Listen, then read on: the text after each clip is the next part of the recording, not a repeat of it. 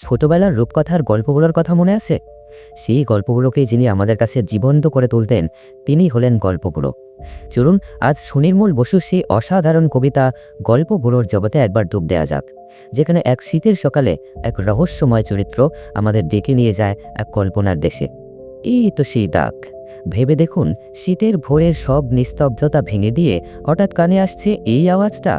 এই একটা লাইনের মধ্যেই যেন হাজারটা গল্পের হাতছানি লুকিয়ে আছে। আর এই দাগ দিয়ে শুরু হচ্ছে আমাদের আজকে পথে চলা। চলুন একটু কল্পনা করি, কনকনে একটা শীতের ভোর, চারিদিকে উত্তরে হাওয়া বইছে।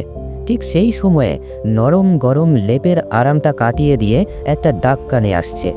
কবি সুনির্মল বসু ঠিক এইভাবেই কবিতার অসাধারণ পরিবেশটা তৈরি করেছেন। তো এই শীতের সকালের ডাকে কে আসছেন? চলুন প্রথম পর্বে আমরা সেই রহস্যময় গল্পগুলোর সঙ্গে পরিচিত হই।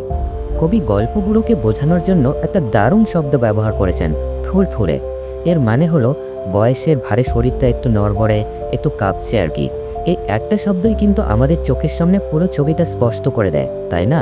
একজন বয়স্ক অভিজ্ঞ গল্পকথকের ছবি। আর ইনিই হলেন আমাদের সেই গল্প বুড়ো। শীতের ভোরে কাঁধে একটা ঝোলা নিয়ে বেশ হনহন করে হেঁটে চলেছেন, আর ঘুমন্ত পৃথিবীকে ডেকে ডেকে বলছেন তার রূপকথার গল্প শুনতে।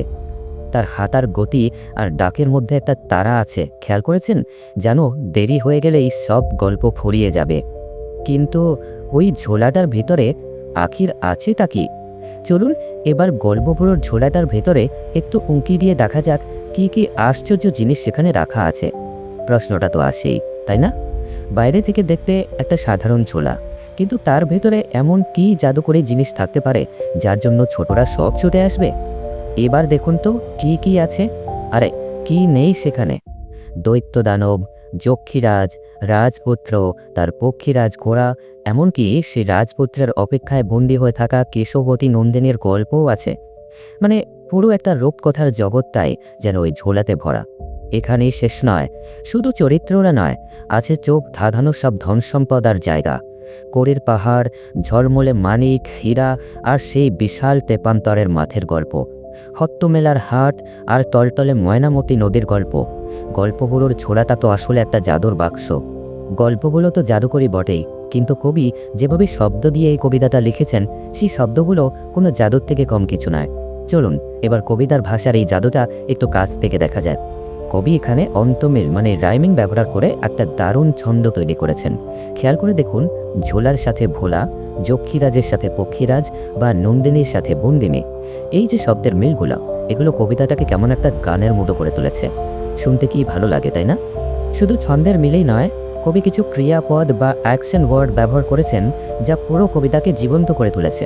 যেমন বইছে, এটা দিয়ে পুরো দৃশ্যটা তৈরি হচ্ছে। ছুটে, এটা একটা অ্যাকশনের ডাক। আর দেখবি, এটা একটা দারুণ প্রমিস যে এলেই দারুণ কিছু দেখা যাবে। কিন্তু এখানে একটা বড় প্রশ্ন আছে। এই যে এত অসাধারণ সব গল্প, এত জাদুকরী জগৎ, এসব কি সবার জন্য? সবাই কি এই গল্প শোনার সুযোগ পাবে, নাকি কোনো শর্ত আছে? ঠিক এখানেই কবিতাটা একটা নতুন মোড় নেয়। এবার আমরা জানব গল্প শোনার সেই শর্তটা কি, কারণ এই শর্তের মধ্যেই কিন্তু কবিতার আসল মানেটা লুকিয়ে আছে। হ্যাঁ, গল্পগুলোর একটাই শর্ত আছে, এবং সেটা বেশ কঠিন। তিনি কিন্তু তার ঝোলার এই দামি জিনিসগুলো সবার সাথে ভাগ করে নিতে রাজি নন। তার গল্প শোনার জন্য একটা যোগ্যতা লাগে। কবিতার এই লাইনগুলো দেখুন, গল্পগুলো কিন্তু পরিষ্কার করে বলছেন যারা এই শীতের ভোরে তার ডাকে সাড়া দেবে না, তিনি তাদের শত্রু মনে করেন। ভাবা যায়? আর সেই শত্রুদের জন্য কোনো রূপকথা নেই, সোজা কথা। এটা কিন্তু একটা বেশ বড় হুঁশিয়ারি। তাহলে শেষ পর্যন্ত কারা পাবে এই রূপকথার চাবিকাঠি? চলুন এবার এই পর্বের আসল মানেটা বোঝার চেষ্টা করে। ব্যাপারটা খুব সহজ। এখানে দুটো দল আছে। একদিকে আছে তারা যারা শীতের কষ্ট ভুলে কৌতূহলের টানে ছুটে আসে, আর অন্যদিকে আছে তারা যারা অলস্য করে লেবের তলায় আরামে ঘুমিয়ে থাকে। এই জাদুর ডাকটা যাদের কানেই যায় না। গল্পগুলোর ঝুলি কিন্তু শুধু প্রথম দলটার জন্যই খোলা। তাহলে বোঝা গেল, এই কবিতাটা আসলে শুধু একটা শিশু পাঠ্য ছড়া নয়, এটা আলস্য আর উদাসীনতার বিরুদ্ধে একটা জোরালো ডাক। এর আসল বার্তাটা হলো জীবনের আনন্দ, কল্পনা আর বিস্ময়, সেগুলো তাদের জন্যই অপেক্ষা করে যারা বিছানা ছেড়ে বেরিয়ে এসে সেগুলোকে খোঁজার চেষ্টা করে। এগুলো এমনি এমনি পাওয়া যায় না। শেষ করার আগে এই প্রশ্নটা কিন্তু আমাদের সবার জন্য থেকে যায়। যখন আমরা আলস্য করি বা সহজ আরামের পথটা বেছে নেই, মানে একরকম ঘুমিয়ে থাকে, তখন হয়তো আমাদের অজান্তেই জীবনের কত অসাধারণ গল্প, কত দারুণ সুযোগ আমরা হারিয়ে ফেলছি, তাই না?